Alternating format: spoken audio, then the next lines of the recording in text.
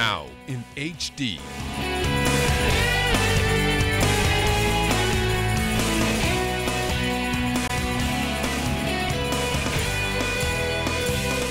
ZNS Network presents The Bahamas Tonight.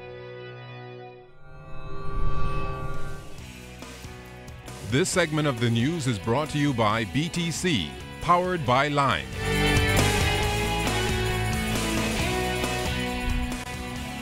Welcome to The Bahamas Tonight, the weekend edition for this first weekend in 2013. Good Saturday evening, Bahamas. I'm Altaviz Munnings. Thanks so much for making us a part of your weekend. Here's what's making news. The Vote Yes group officially kicked off its campaign with a launch party and free concert last night at the R.M. Bailey Park. The event is all a part of the group's efforts to convince the Bahamian people to vote in favor of the gaming referendum scheduled for January 28th. Our top story tonight is from Charisma Robinson. When Bahamians head to the polls on Gaming Referendum Day, spokeswoman for the Vote Yes campaign, Teresa Moxie Ingram, believes a number of important factors must be considered. She told hundreds of supporters last night that for far too long, Bahamians have not been able to enjoy the same rights as foreigners when it comes to gaming in this country. Do you believe that if you decide today or tomorrow you want to own a casino or a web shop operation, do you believe that you are entitled to the same legal protection as Saul Gersner and everybody else?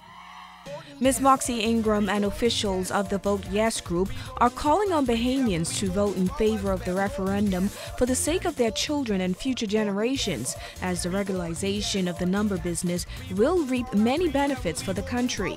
Bishop Simeon Hall agrees. He and a few other pastors are pushing for a yes vote.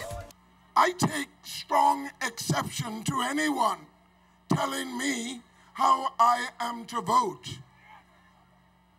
I have a conscience. This is not an act, a sinful act. The church is divided as to whether this is sinful or not. This is what some theologians call an act of conscience. You ought to vote your conscience. If you believe it is wrong, vote so. If you believe it is right, then go so. If you believe to say yes, go ahead and do so. While Bishop Hall and a few others have joined forces with members of the Vote Yes campaign, there are others from the religious community who believe that a vote no would be the best for so many reasons. They simply say, vote no because the Bible says no. And I am a theologian. I know a little bit about the Bible. I don't see it in the Bible. And the God I serve is an all-knowing God. And if God could do 10 commandments, don't you think he could do 11? Kersner International Senior Vice President Ed Fields and Bahamas Public Services Union President John Pinder also spoke at the event. Vote Yes officials will be on the ground leading up to the January 28th referendum day, when two questions will be put to Bahamians. Do you support the regulation and taxation of web shop gaming? And do you support the establishment of a national lottery? Charisma Robinson, ZNS Network News. Thanks, Charisma. In other news this Saturday, the wheels are in motion at the Parliamentary Registration Department to ensure a smooth process during the January 28th gaming referendum. Acting Parliamentary Commissioner Sherlyn Hall says people living abroad who may be out of the country for the vote can still take part and cast their ballot. Overseas who complete the Form J, and the local people, for special voters we call them, who complete the Form K, they would all be entitled to vote in the advance poll on the 21st of January. That's a Monday. The register closes on the 10th, as I mentioned.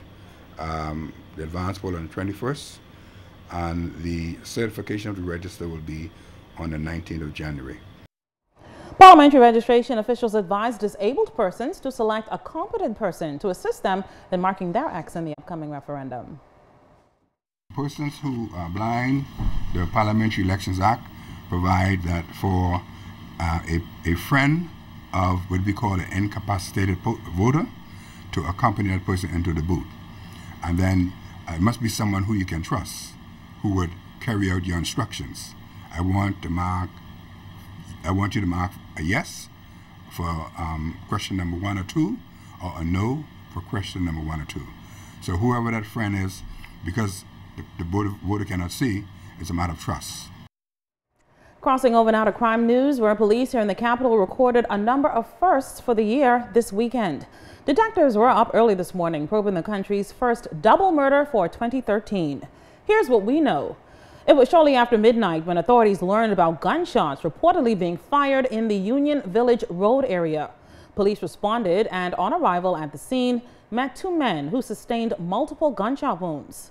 Now, preliminary reports indicate that the 2 victims were reportedly sitting on the side of a Union Village Road residence when they were reportedly approached by a man armed with a handgun who shot them multiple times above the body and then fled on foot. Police confirmed that one of the men was pronounced dead on the scene, while the other male later succumbed to injuries at the hospital. Now, police report that they presently have no motive or suspect in this matter, but they're appealing to anyone with information regarding this incident to give them a call at 919 or at 328-TIPS. Police say information will be kept confidential. Meanwhile, traffic police officers are investigating the country's first traffic fatality for the year. Police confirmed in the daily crime report the death of a woman who was allegedly killed by a motorist as she attempted to cross Prince Charles Drive in the area of Pine Barren Road around 5:30 yesterday afternoon. According to police, the victim, who has not been identified, was struck when she reportedly stepped into the pathway of a 1997 Mercury Sable that was traveling east on Prince Charles Drive. The victim later succumbed to her injuries at the hospital. A 49-year-old male driver of the vehicle is assisting traffic police officers with their investigations into this matter. Also on Friday, traffic division officers conducted Operation Silver Shore, which they say was an aggressive campaign against speed violators that was conducted on East Bay Street in the vicinity of Montague Beach, as well as over on West Bay Street in the vicinity of Goodman's Bay. Now, during that operation, some 140 drivers were cited for speeding, 20 motorists for not wearing seatbelts, 10 for tinted windows, and 3 motorcyclists for not wearing a protective helmet. Now, police traffic division officers remind motorists to adhere to the rules governing the usage of our roadways, and they're also encouraging drivers as well as passengers to buckle up as this saves lives.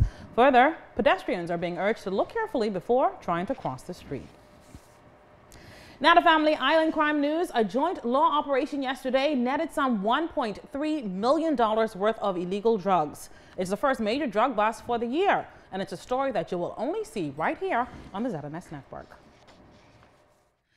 ZNS News was able to travel in the police convoy with Royal Bahamas Police Force Drug Enforcement Unit officers to a private airport here in New Providence Friday night to collect 4 of 8 Haitian men who were nabbed in Inagua by law enforcement personnel earlier in the day from a major drug bust.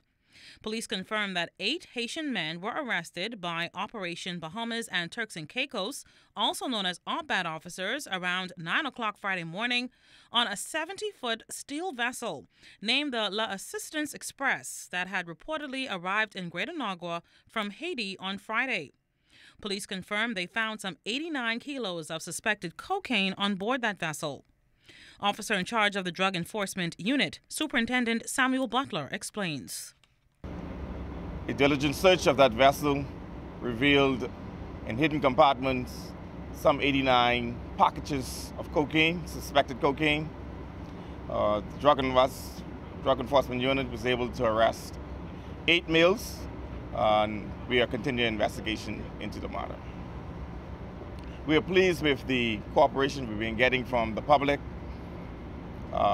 in assisting us with intelligence, and we're also pleased to be working extremely well with our regional partners with timely intelligence. It's based on intelligence we were able to meet this great success.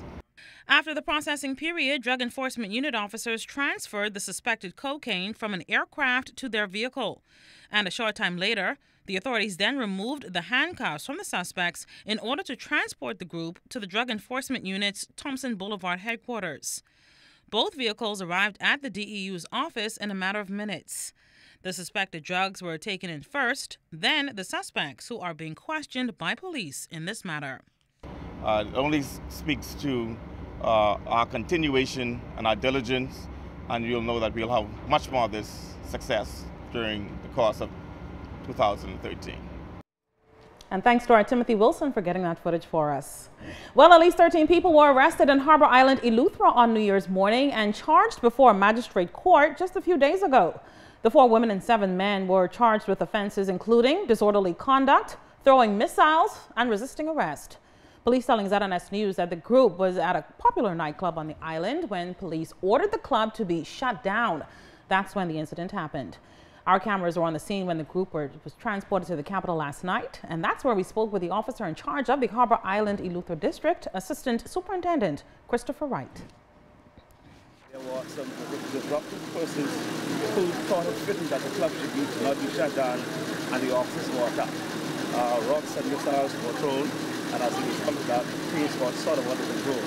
We were able to bring calm to that situation, and there were several persons later arrested who took part in that disruption.